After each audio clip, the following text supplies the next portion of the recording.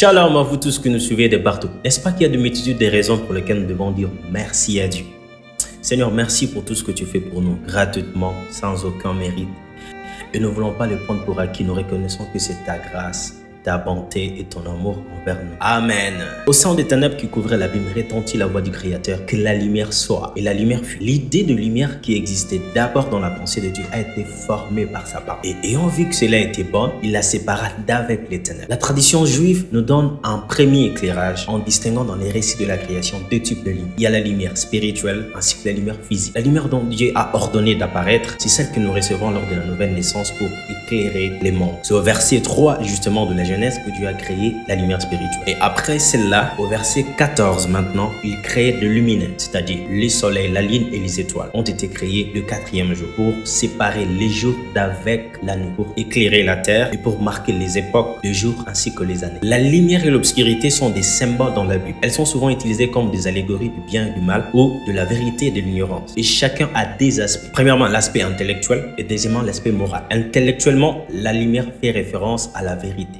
Et moralement, elle fait référence à la sainteté. Et l'obscurité ou les ténèbres, intellectuellement, fait référence à l'ignorance. Et moralement, fait référence à l'impiété ou au mal. Dans certains passages, lorsqu'il parle de lumière, l'auteur veut simplement parler de la connaissance intellectuelle ou de la vérité. Et dans d'autres passages aussi, lorsqu'on fait mention de la lumière, on veut simplement parler de comportement moral ou de la sainteté. Parfois, la Bible parle aussi de ténèbres. Alors, permettez-moi ici de vous en donner une brève illustration puisque nous ne pourrons pas aborder tout le passage des Écritures qui y font référence. Lisons 1 Jean chapitre 1, le verset 5, ça dit « Voici la nouvelle que nous avons apprise de lui et que nous vous annonçons. C'est que Dieu est lumière et qu'il n'y a point en lui de ténèbres. » Ce texte exprime l'idée de Dieu qui ne peut pas pécher parce qu'il est saint. Lisons encore un autre passage. Je suis dans Proverbe chapitre 6, le verset 23. « Car le précepte est une lampe et l'enseignement une lumière. » Ici, justement, l'auteur est en train de parler de la lumière dans son aspect intellectuel. Il dit, l'enseignement est une lumière, est une connaissance de Dieu, est une vérité. Paul est en train de dire, vous ne devez pas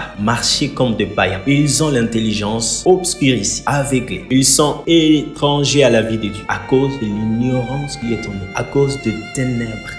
Il est dit encore dans Romains chapitre 13, le verset 12, « La nuit est avancée, le jour approche. Dépouillons-nous donc des œuvres de ténèbres. » Que cela veut dire? Là où il y a des ténèbres intellectuelles, il y aura l'œuvre de ces mêmes ténèbres. Le fait de ne pas connaître Dieu et sa vérité, cela entraîne à une obscurité morale. Le verset suivant justement parle de excès, de l'ivrognerie, de la luxure, de l'impudicité, de querelle et de jalousie. Voici là les œuvres de ténèbres. Approfondissons maintenant la pensée engendrée par le psaume 36 qui dit c'est par ta lumière que nous voyons la lumière. Oui, c'est grâce à la lumière divine qu'on voit tout le reste. C'est par la lumière divine que nous sommes éclairés de notre état de pécheur. C'est justement par cette lumière que nous prenons conscience de notre impureté. C'est par la lumière divine que nous avons accès à la vie. Dieu n'est pas seulement en lui-même lumière. Il habite une lumière inaccessible. Aucun homme dans son état naturel ne peut jamais l'approcher. Parce que la sphère dans laquelle il habite est inaccessible. Alors qu'est-ce que Dieu a fait? Dieu a envoyé sa lumière. La seule façon par laquelle la lumière est venue dans ces mondes a été la venue du Seigneur Jésus comme homme sur la terre. Et nous trouvons cela justement dans les récits de Jean, dans son évangile au chapitre 1er où le Seigneur Jésus justement est présenté comme étant la parole. Mais au verset 4, nous trouvons cette merveilleuse connexion entre la lumière et la vie dans le domaine spirituel. Alors dès lors que nous le recevons dans nos vies, il nous tire de ténèbres et nous transporte dans sa lumière. À partir du moment où nous avons connu l'expérience de la nouvelle naissance, notre sphère de vie a changé. Il nous a sortis de cet environnement rempli d'obscurité afin de vivre avec lui dans la vie. Avez-vous déjà posé la question de savoir c'est quoi le rôle qu'est censé jouer la lumière? L'arrivée de la lumière dans notre vie dissipe les ténèbres, nous montre le chemin, nous avertit du danger, exerce une influence positive, illumine l'âme, nous apporte la compréhension de la nature de Dieu, de sa volonté pour nos vies et des Écritures. La lumière dévoile ce qui est encore ténèbres en moi et me montre ce dont j'ai besoin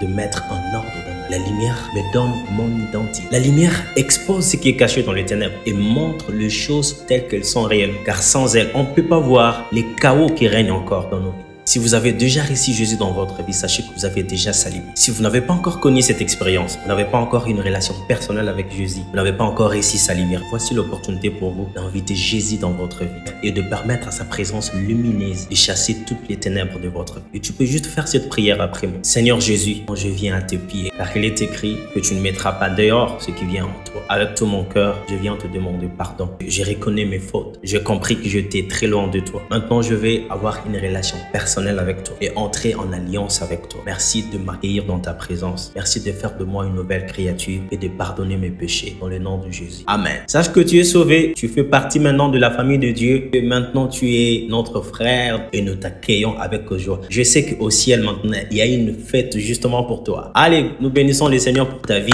et que Dieu bénisse ta marche et qu'il te prenne en charge. Amen. Merci à vous tous de nous avoir suivis. Faites une large diffusion de cette vidéo en tout cas. Abonnez-vous, likez, laissez en commentaire ce qui vous a plu, ce qui ne vous a pas plu et vos remarques, vos suggestions justement et vos mots de bénédiction et nous ne manquerons pas de le prendre en considération. Soyez bénis, à la prochaine émission.